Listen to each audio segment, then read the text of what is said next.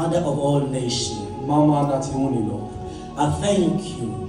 Thank you, Lord. See, there will be a time that God will use you to speak to a young woman and will be healed when you're speaking to them.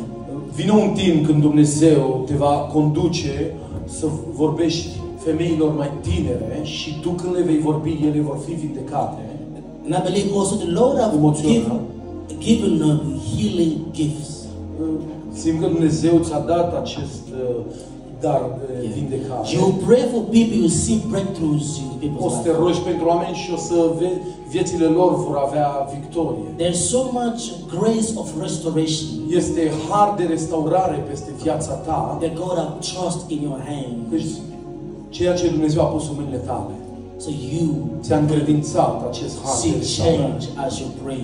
Și o să vezi schimbare în viețile fetelor mai tinere când te vei ruga so pentru much ele. grace upon you. Căci este harul lui Dumnezeu. And as I'm speaking, the presence of God is upon you right now. Și simt că prezența lui Dumnezeu este peste tine. Thank you, Lord Jesus, for your daughter. Doamne, îți mulțumim pentru the Holy Spirit is blessing upon you this day forward. Mă rog ca Duhul Sfânt să se odihnească peste ea, să aducă un ulei nou, o ungere nouă. Yes.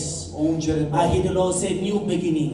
Îl aud pe Dumnezeu că spune început nou, început nou. New beginning. Început nou. New beginning. Început new nou. beginning in the name of Jesus. În numele lui Isus. Remember that a mother of all nations. Aduți aminte de cuvântul acesta, mamă pentru națiuni.